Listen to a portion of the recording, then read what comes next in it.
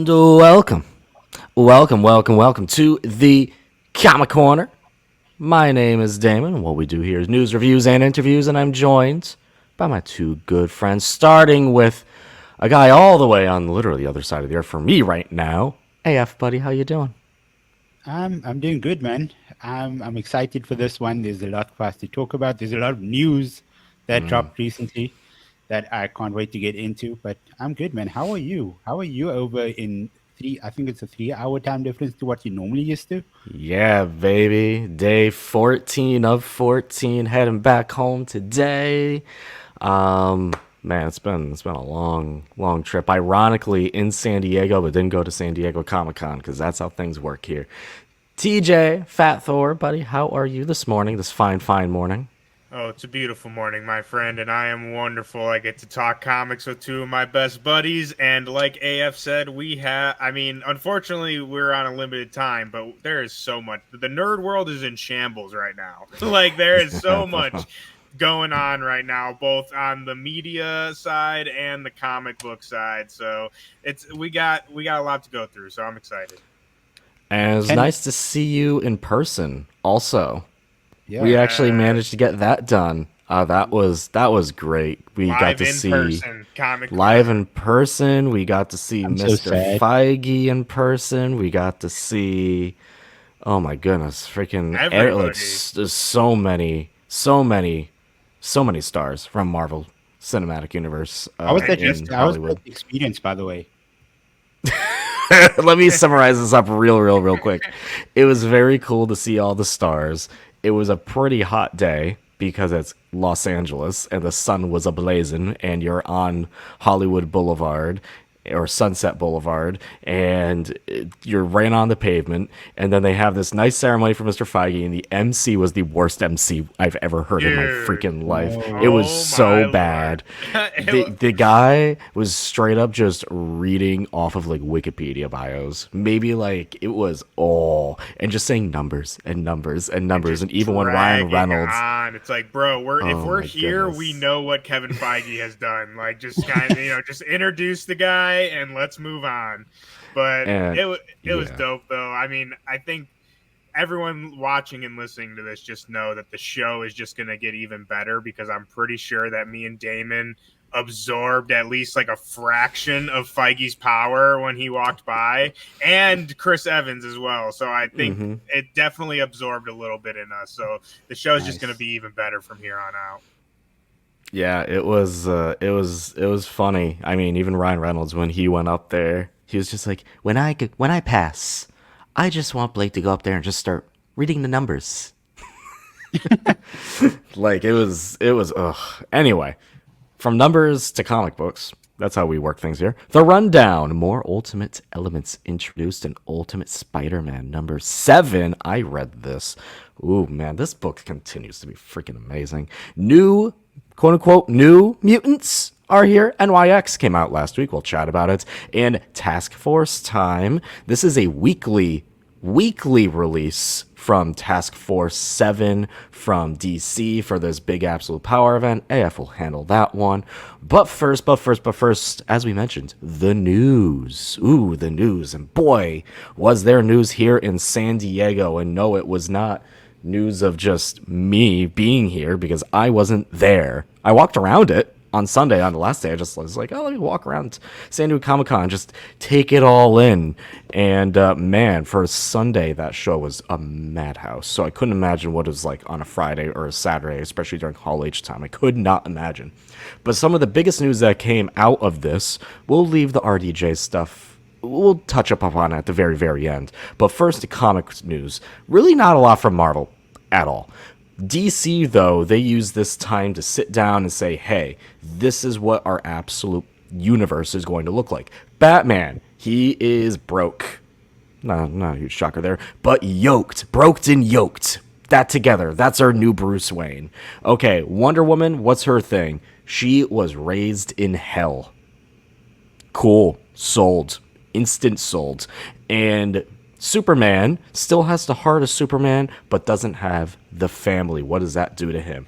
Those are kind of like the big three pillars of those books. And AF, a big surprise at the very end, because those aren't the only 3 absolute books we're getting.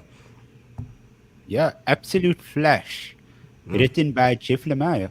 So that's super interesting to me because I love his writing.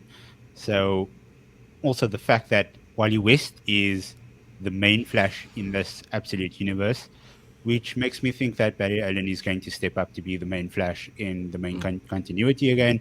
But also, just a quick theory from me. Wally West is the main Flash in the Absolute universe. Does that mean, or just my theory, is that they're going to write it in a way that there's no Barry Allen in that universe at all? Wally is his own person. He becomes the very first Flash. And could this maybe be a way for the DCU to not have Barry Allen in their movies? To take inspiration from this title, from this run? I don't know. Maybe. Could be. Maybe. I think they can just ignore Barry Allen all on its own, honestly, because... But this gives them the absolute right to do that, because if they just do it, then everybody's going to be like, oh, what about Barry? Barry's the main Flash. But if they do it with this inspiration, then there's no Barry Allen to consider in the first place. Yeah, I think that's a possibility. That is a possibility. So as we mentioned, not a whole lot from Marvel Comics, but on the Marvel Studio side, we usually don't touch up on studios and movies and all that stuff. That's not what we do here. That's what the main Agents of Fandom show is for. However, the biggest news, in case you haven't heard, Robert Downey Jr. is back. He's back in the MCU. Isn't that exciting? Iron Man is... Oh, wait, no, he's Doom. He is Victor Von Doom, as he was formally introduced as Victor Von Doom, not as Tony Stark playing Doctor Doom. I think that is a very important discretion, at least for now. We'll see more information, more details as it goes on. But TJ, what was your initial reaction when you saw the clip or heard everyone going crazy that RDJ is back and he is Victor Von Doom? Well, first of all, I just want to say, can you imagine that, like, someone watching this was actually their first time hearing that? Like, how crazy that would be. But Spoiler besides alert. that, when I first heard it, I was not really a fan. I'm like, really? Like, I feel like for a lot of people, it was like, oh my God. For me, it was like, I don't know about this, right? But the more I sat and the more that I, molded over, I think, like I said, for me, I'm like firmly in the middle. Like, I don't dislike it, but I also don't love it. And I just feel like it creates a lot of problems in a lot of different areas. Doom as a character, where they go after Secret Wars. I mean, even if they do reset Doom, who are you going to find to follow Robert Downey Jr.? Like, that creates a problem in itself. But that being said, as just like a fanboy and a nerd, I mean, it's really hard not to get excited about Robert Downey Jr. coming back into the MCU, even though it's like not Iron Man. Just that alone, I feel like it's hard not to be excited about that. And with the Russos on top of that, again, I know people have a lot of opinions on that, but undeniably, they have given us the best, probably unbiasedly the best Marvel movies that, Infinity War, Endgame.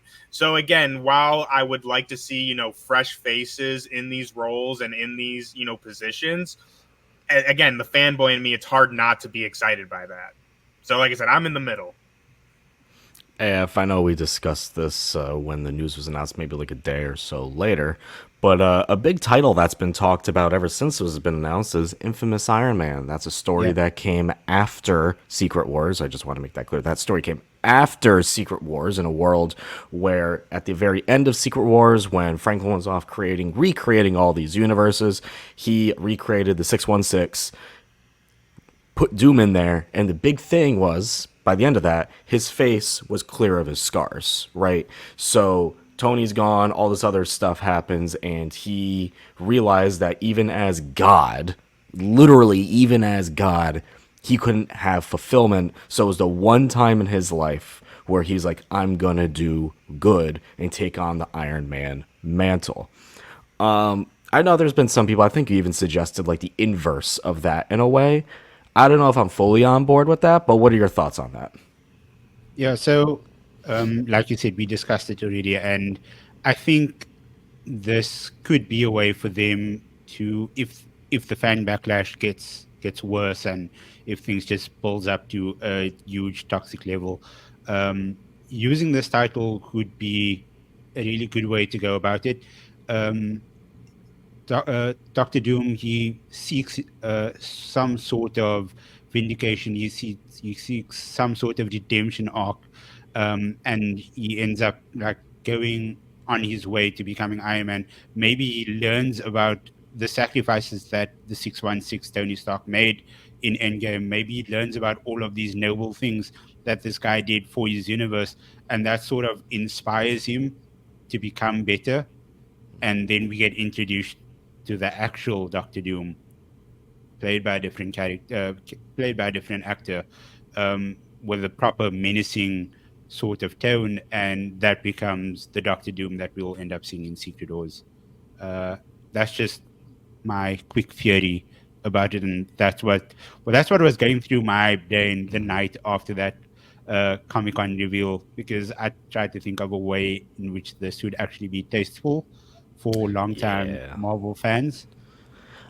I have three thoughts on this. Three kind of separate thoughts on this, just to wrap up before we get into actual comic book news. One, if this is Robert Downey Jr. playing Victor Von Doom, I want one of two things. One, he never reveals his mask type of thing. Like, he is always behind the mask and you just kind of don't really know that it's Doom, but like, or sorry, you kind of don't know that it's RDJ playing Doom, so then he's hiding behind the mask.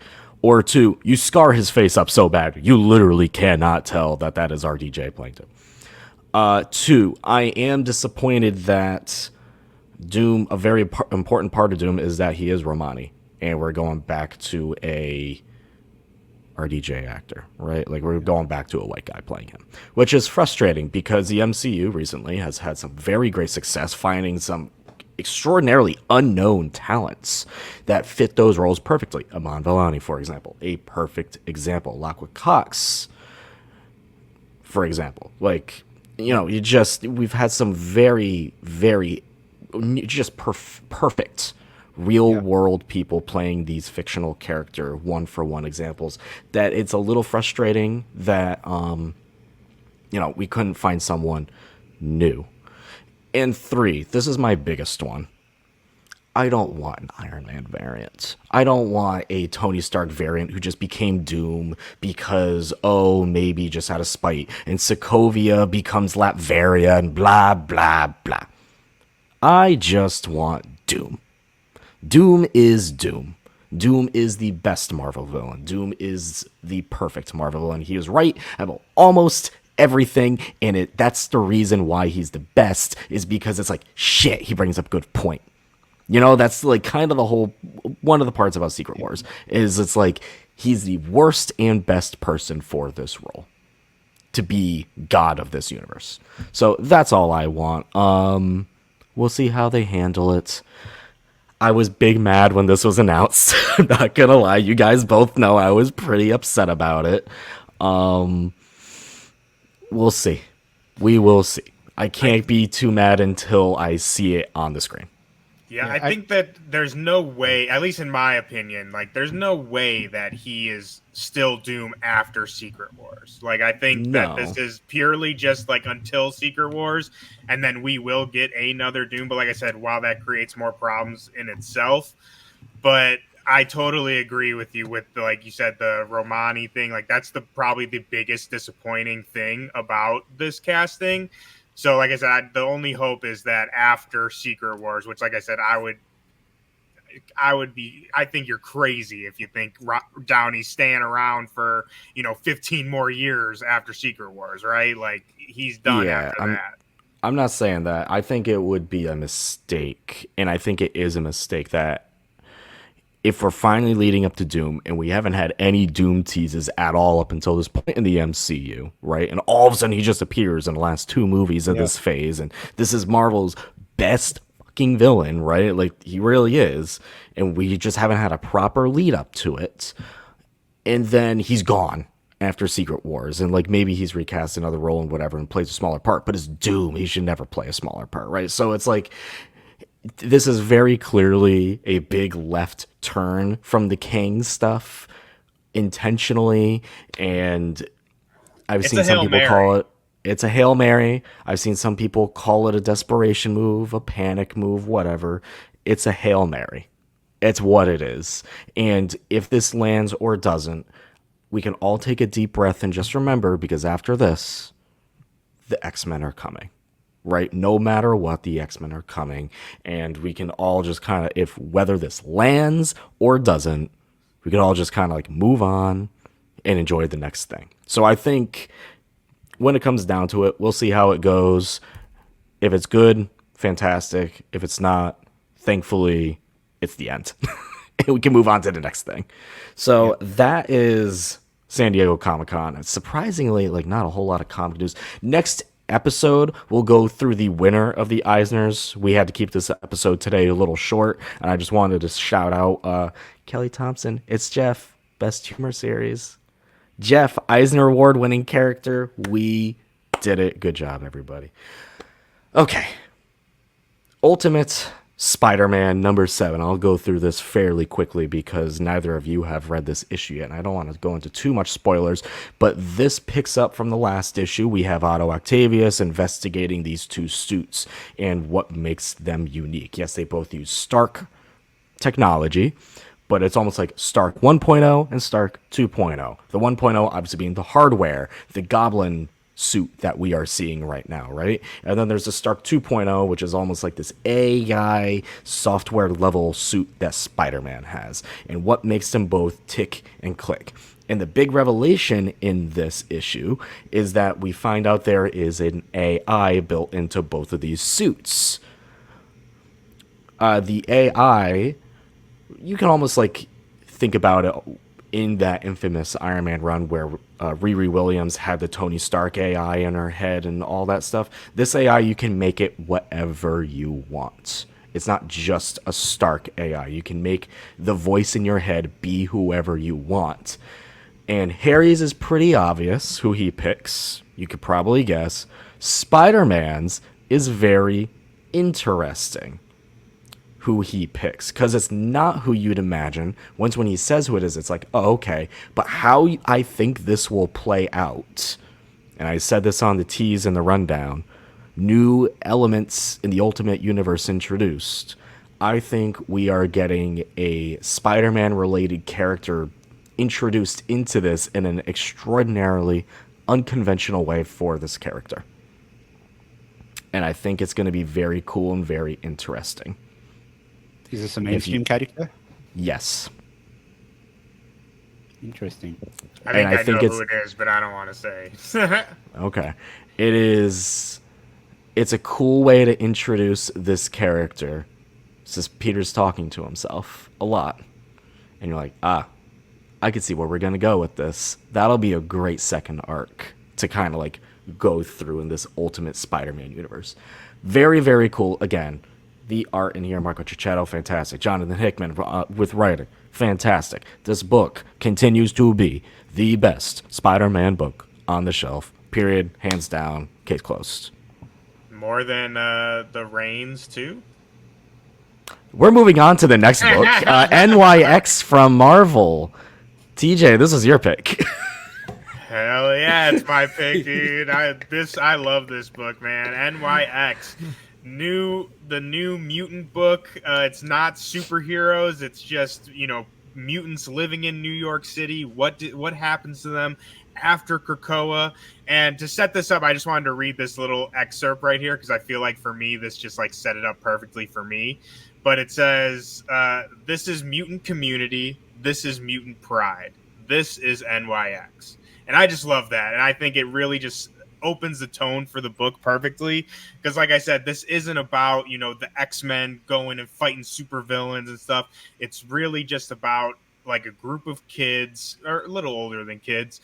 But, what happens to them after they had this paradise and it's just gone now. And like they have to pick up the pieces of their life and try and, build new lives. And, we see that in the, differences of all the characters, Prodigy, Anole, Sophie Cuckoo, who's not with her sisters anymore. Like, how does she navigate like that? And so I really love this first issue. Really great introduction of all of our characters. Again, this kind of concept of, what happens after the fallout, after the paradise. And the major thing I really loved, and I think something that will make everyone pick up the book, that needs to pick up the book, is Wolverine and Miss Marvel. Them two, like, this book hinges on that. While every issue will take place from different perspectives, like, they are definitely the two of the book, and seeing them interact in even just this first issue, absolutely phenomenal. Jackson Lancey and Colin Kelly, they describe their dynamic as kind of like Superman and Batman from like DC side, where obviously Superman's more optimistic, Batman a little, same goal but different ways of approaching it. And that's kind of where we have Wolverine and Miss Marvel in this book. So I just really love that.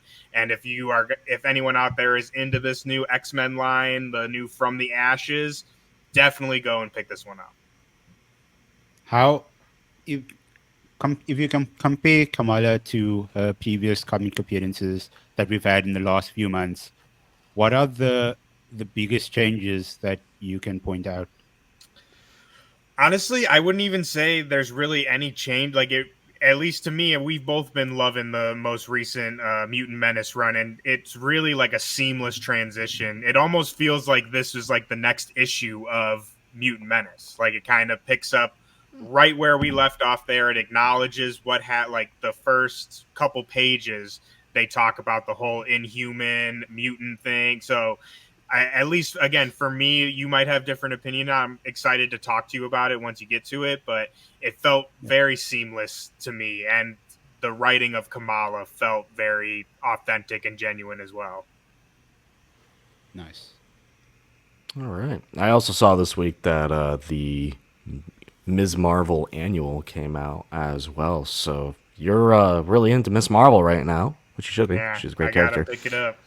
Gotta pick it up, and then you can get my little Infinite Destinies characters mixed in the mix slot as well, because those are very, very fun. From Marvel to DC, we have the Absolute Power event still cooking, still cranking out, and in the middle of it, we have a weekly release title, which is something we don't get too much from DC, and that is Task Force 7. AF, what the hell is Task Force 7 out of all of this?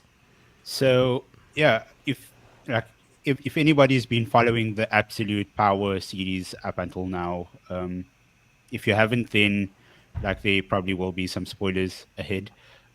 So essentially, Task Force 7 is this team that Amanda Waller has put together, very similar to her Suicide Squad Task Force X that she normally does, but this one is comprised of there's some superpowered humans, there's some humans, and there's Amazos. And there's basically an Amazo for every main Justice League member. I think the Superman one is called Last Sun. And yeah, they just go around and they start zapping all these superheroes' powers. As we saw in Absolute Power number 1, as we saw in Absolute Power Ground Zero as well. So the Task Force 7, this takes place, I think the first 2 issues are the only ones that I've read that thus far. And this takes place before, I think it's before, Absolute Power 2. So it's Absolute Power 1, and then the 2 Task Force, or the 3 Task Force 7 issues, and then Absolute Power 2. But essentially, the first one was about the Marvels, Billy Batson and Mary Marvel. They had their powers zapped up until I think like 2% left. So they had a little bit left in their tank. And that's because Wonder Woman basically came and saved them. And apparently you can read more of that in Wonder Woman number 11. I haven't read that issue, but there's a lot of references to it in the issue. So they end up going back to I can't actually remember what was the name of the I don't know. Rock of The Eternity. name is. There we go. There we go. Like the name was just like escaping me completely. And Space Diner was there doing inventory, doing auditing, as one should. And they end up running into him. And the moment they need to get a weapon to try and destroy these Amazos, one of them ends up finding them because Waller has tracking on all of the superhuman beings. So one of the Amazers come, they get into a fight. Black Adam shows up. He joins the fight. They zap his powers as well. And I feel like that's just going to be the continuity every issue. It's just going to be a different superhero or different superhuman getting their powers zapped. The second one was about Atlantis. Atlantis is gone, guys. The Amazers completely just wiped them out. Aquaman managed to escape with the help of Doom Patrol. Robot Man still has all of his powers because he's a robot. He doesn't have natural powers. So it was basically just Robot Man and the rest of the Doom Patrol coming to save Arthur Curry's life. And yeah, Atlantis is gone, and we'll see what happens moving forward. But yeah, it feels as if these issues shouldn't be important. It's cool to read, like if you want to get like the complete package. But I feel like if you are just wanting to follow Absolute Power on its own with all the tie-ins of the Flash and Green Arrow and Green Lantern and Superman and all of these issues, I think you should be fine. Green Arrow is extremely important because he is one of the people on Task Force 7 that's not an Amazo, and he's working for Amanda Waller. The dude just became a merc, a gun for hire. Do you think he will, you know, double cross in a way? Oh yeah, for sure. You think? He's playing the long game. 100% Okay. he's playing the long game. Okay. So did you guys read Absolute Power #1 I did. and Ground Yes. Zero? No, but I did read Task Force Absolute Power Okay. #1. Okay. So in Absolute Power #1, TJ, I think this might end up spoiling something for you. But Feel Oliver free to Queen spoil away. and yeah, Oliver Queen and Batman, they have an encounter, and he basically just sticks it to Batman, saying that, yeah, I'm not one of you guys anymore. I'm working with her. I'm on her side. So yeah, that's like a rude awakening Traitor. because they're all trying to communicate on this secret frequency, and Green Arrow, Oliver Queen, he's still on that frequency. They don't know that he's part of their team, so she's been listening on to all of their conversations. So yeah, it's going to be interesting. I'm locked in for this event. I might not be reading Task Force 7 all the way through, but yeah, I'll see how it goes. I'm curious to see, since you said that like Robot Man is not affected by these Amazos. I wonder if that implies for a guy like Cyborg as well. So then, almost like the mechanical That's an guys interesting thought. can turn the tide, or the characters who just never had powers in the first place. You know, your Nightwings, for example. How this whole Dawn of DC kind of was created because of Nightwing, and maybe this Dawn of DC will end saved by Nightwing, and maybe Green Arrow helps turn the tide as well when he eventually, ideally, double crosses Amanda Waller. That'd be kind of cool to see, especially because, you know, you have all these characters who do have powers and then the very few who don't. How do they turn the tide? Because they're used to this, you know? You have the entire Bat family. You have the entire Arrow family as well. Oh, that's true. They What are you are going to all- do? Drain Batman's bank account again? Yeah. So yeah, like I mean, the Arrow family I think are going to be extremely important because like following in the whole Green Arrow run that I've been reading, they were all just like chilling on the island after their victory recently, and while all of them are sleeping, that's when Oliver Queen just like sneaks out and he joins Amanda Waller because of the deal that he made. He handed her sanctuary, and in return, Amanda doesn't harm his family. So yeah, I think they are going to be pivotal. Can I just say about the first issue of this? You guys know that I'm not following along a lot with DC and stuff, but I really enjoyed, first of all, that they brought back Parasite from the Superman annual. I thought that was great. And also, I've never seen this character before, so again, this might just be past my knowledge, but I need more of that accountant dinosaur ASAP. That was so... Dino? Yes, Space Dino. I loved that guy. Like, I need more of that as soon as possible. So I thought it was, even though I didn't really know what was going on, a super fun issue, and I was having a good time with it.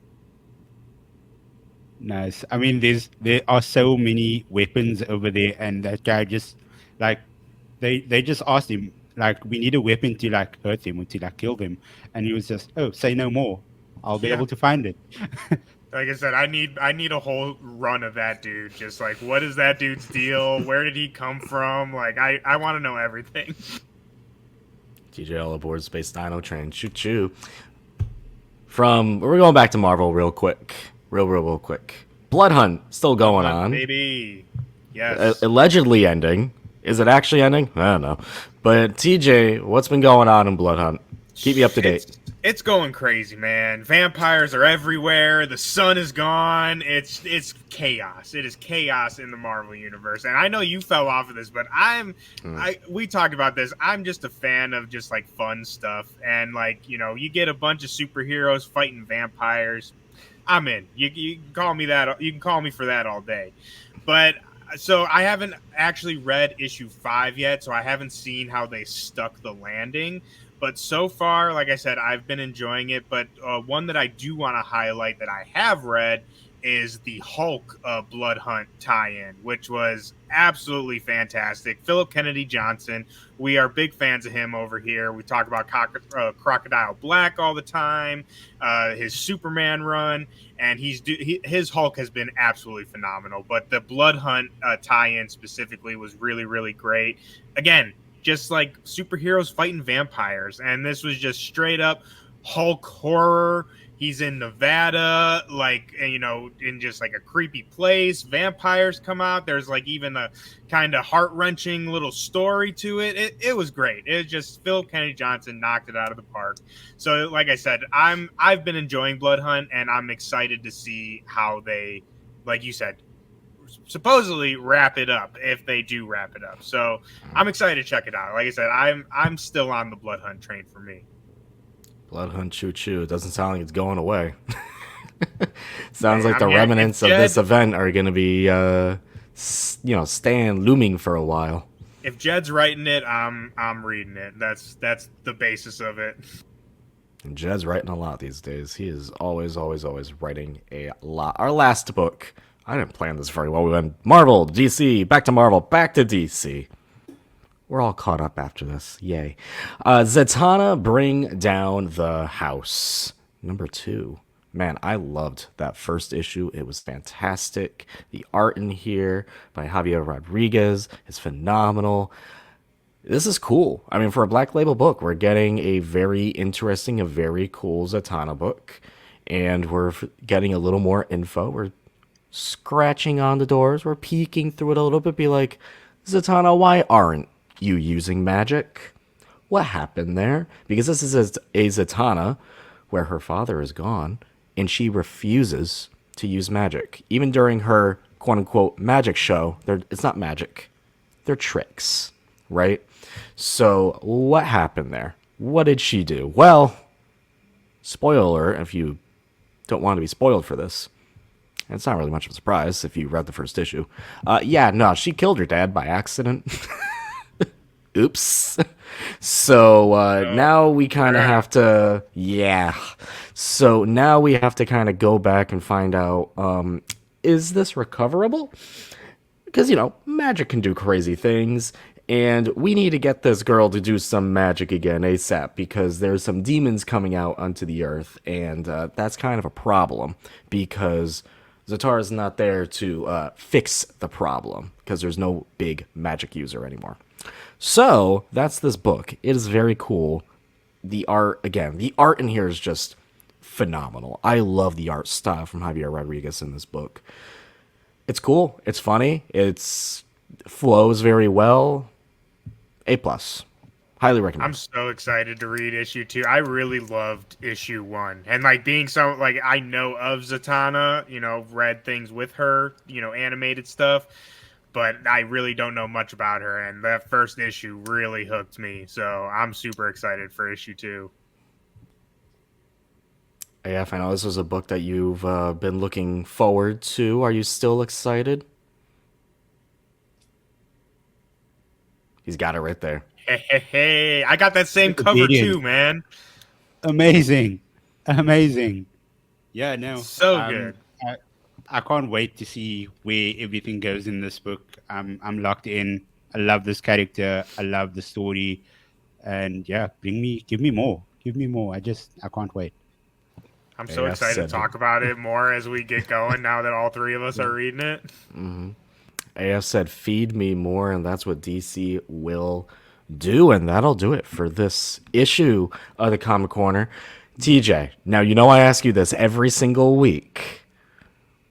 What do you... Oh, he has a list. Is he ready? He's bringing out his list. I'll loom on this for a little bit. He's ready. What are you picking up next week? So, next week, I am picking up... Okay, so first of all, Uncanny X-Men. Like, we're talking NYX, the From the Ashes, Gail Simone X-Men. I mean, that should be enough for you guys to pick it up already. Obviously, that's top of my list, but man, we have a stacked week. I mean, Ultimate Black Panther, Incredible Hulk 15, Avengers 17, and another of my personal favorites, Space Ghost. Space Ghost. I love Space Ghost from Dynamite. It is so good. Go pick it up and read it. Just go pick it up and read it. And then Doctor Strange. We got another Strange, baby. I've been loving Strange, and supposedly it's wrapping up. So I'm excited to see where that's going. If the rumors are true and it's wrapping up. Man, that's a bummer. But that's a bummer. It is a stacked list. Well, do you want to hear what I've been hearing about it, or is that okay? We don't do rumors? What has been the rumor mill? Just out of curiosity. So what I've heard, and again, this isn't even like really rumor, it's just like things I've scrolled past. Is what's Twitter been saying? McKay's run is gonna end, like quote unquote, end with Strange, but it's gonna continue, and Doom is gonna be the new Sorcerer Supreme, and then we're gonna get a Sorcerer Supreme Doom series from Jed McKay. Which, hey, boy, again, if Jed's writing it, I'm reading it, so I'm all on board. But again, I have no idea how true that is or anything like that. Is our boy gonna kill Strange again? Hey man, he's already done it like 3 times because he's like technically dead in Blood Hunt right now. So. Oh man, he loves killing Stephen Strange, man. There's something about him. He's just like, just off him again. I only have one book next week other than my Manga Spy Family that's coming out, the volume. Birds of Prey, number 12, which is the penultimate issue of this arc, which has been super fun. I love Birds of Prey. I love Kelly Townsend Birds of Prey. It's super fun. You should go read it. If you're looking for a fun time, go read this book. It's got like some West Coast Avengers type of vibes to it, especially with some of the dynamics involved, where they're just kind of like hopping between these dimensions right now, and every issue of a dimension, there's a different artist to reflect that dimension. It's a very clever way, because when you don't have the same artist for a few months, it's a very clever way to show that and take advantage of that and put it in your story. So I've been really enjoying that. AF, next couple weeks for you. Yeah. You got any eyes? It's all the absolute power stuff that's going to come in. But my comic book store got issue 14 of Green Arrow, so I'm keen to see what happens there, because that has a straight domino effect on whatever is going to be happening in the main title. So yeah, I'm keen for that. And like I said, I'm all in on DC right now. I feel like a fraud wearing this. Yeah. So I only realized that now. I was like, I'm speaking about DC all the time, and I'm ripping a Marvel Studios shit. So yeah. You've always been the DC guy too, so that makes it extra funny. Oh, one very last thing. We got our new DC Studios logo. It's the old DC logo. It looks great. It was one of those where James said, we're working on it for so long. And I'm like, please. That took like 10 seconds to make because you just threw an old logo on there, plus DC Studios underneath, bing, bang, boom, but it's perfect. It's perfect. Yeah, I think James said that the moment they got the gig, he knew that that's going to be their logo. Mm-hmm. Like he was and I like, really yes, we had hope. discussions, but he knew immediately that that's what he wanted to do. Yeah, and I really hope, because they had like a little animation with it too of the old school Superman all chained up and he goes boom and he rips all the chains off. I hope that every movie or show has like the original comic depiction of that character doing a little thing, so right? Cool. That would be a really cool way to kind of start every movie and to get you into the vibe and the mood of the character. I can't wait for that Superman movie. I can't wait for a lot of movies. Yeah. It pays respect to the first iterations of those characters and the artwork done for those characters. Absolutely. Absolutely. Well, that'll do it for this issue of the Comic Corner. We'll be back again next week, as always, because even when I'm bouncing around the West Coast like a madman, or we have schedule changes or whatnot, we will always get an issue or an episode, whatever you want to call it, out to you guys every single week. Man, it's been crazy, crazy, crazy. On to next week. Make sure you go support your local comic shops and go read some comics. Until next time.